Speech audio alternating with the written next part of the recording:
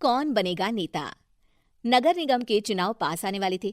पूरे कानपुर शहर में टिकट को लेकर मारामारी शुरू थी, लेकिन सबसे ज्यादा चर्चा में वार्ड नंबर 40 की सीट थी। वो इसलिए क्योंकि इस बार वहां की सीट महिला के लिए आरक्षित थी। अब सवाल ये था कि चुनाव लड़ेगा कौन। इससे पहले ठाकुर साहब वहां से पार्षद थे और इस बार उन्होंने अपनी पत्नी सीमा ठाकुर को टिकट दिलवाई और ठाकुर साहब की शान के कारण सीमा जी ने 20,000 वोटों से चुनाव जीत लिया। अरे बधाई हो सीमा भाभी, अब तो आप वार्ड की पार्षद बन गई हैं। अब तो हमारे काम आप ही करवाएंगी। अरे ये तो सिर्फ नाम की पार्षद बनी है, वो तो महिला सीट आ गई, वरना पार्षद तो मुझे ही बनना था। अब भले ही चेहरा इसका होगा लेकिन पावर तो मेरी ही होगी। अरे वाह भाई साहब, क्या दिमाग लगाया है आपने भी। आइए आप लोग, खाना लगा दिया है सबके लिए। सीमा जी पार्षद बन चुकी थी, फिर भी उनकी एक ना चलती। सारे काम ठाकुर साहब खुद ही संभाल लेते और जहां जरूरत पड़ती वहां सीमा जी का अंगूठा लगवा लेते। सीमा जी ज्यादा पढ़ी लिखी भी नहीं थी। एक दिन ठाकुर साहब और सीमा एक प्रोग्राम में जाते हैं। अरे ठाकुर साहब, आप आ गए। ओहो, पार्षद मैडम भी आ गई हैं। स्वागत है आप दोनों का। लगता है हमारे पार्षद फंड का सही इस्तेमाल हो रहा है। चलिए अब उद्घाटन करते हैं। ये लीजिए ठाकुर साहब कैची, आप ही सबसे पहले प्रवेश कीजिए।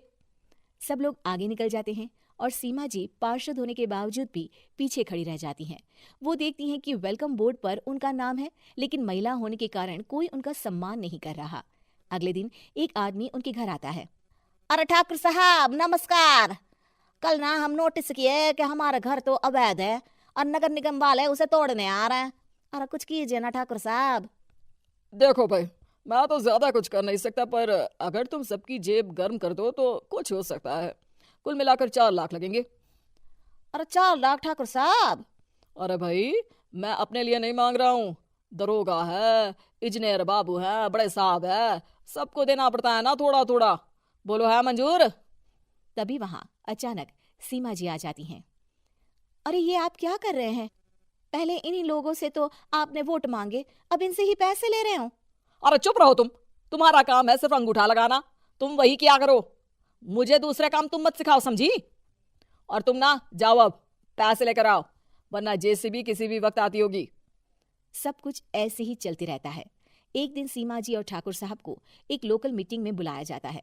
वहां पर कई और अधिकारी लोग भी मौजूद रहते हैं। अब मैं चाहूंगा कि ठाकुर साहब हमारे बीच 2 शब्द कहें।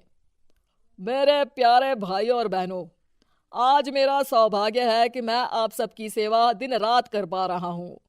आपने मेरी पत्नी को भारी मतों से जिताया है, इसलिए मैं आप सभी का शुक्रगुजार हूँ। मैं आप सबसे वादा करता हूँ कि हमेशा की तरह हमारे वार्ड में किसी को कोई तकलीफ नहीं आने दूंगा। सभी लोग तालियां बजाने लगते हैं। अब मैं माननीय पार्षद मैडम को स्टेज पे बुलाना चाहूंगा। अपने नाम को बुलाया सुनकर सीमा जी एकदम चौंक जाती है। उन्हें बिल्कुल उम्मीद नहीं थी कि इतनी बड़ी जगह उन्हें मंच पर बुलाया जाएगा। जैसे तैसे वो मंच पर चढ़ती हैं।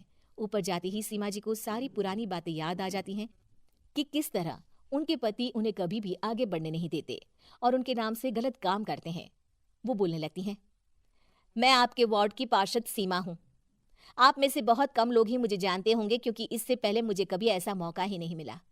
सारे मौके मेरे पार्षद पति यानी आपके ठाकुर साहब ही लेते रहे, लेकिन आज ये मौका मुझे मिला है तो मैं इसे ऐसे ही नहीं जाने दूंगी। मैं आपको ये बताना चाहती हूँ कि आपके ठाकुर साहब मेरे नाम की आड़ में गैर कानूनी काम करते हैं, जिस पर अंगूठों के निशान मेरे होते थे। इसीलिए मैं अपनी गलती मानती हूँ और आज अपने पद से इस्तीफा देती हूँ, ताकि आगे से कोई गलत काम ना हो पाए। अब फैसला आप सबके हाथ में है कि आप हमें क्या सजा देना चाहते हैं।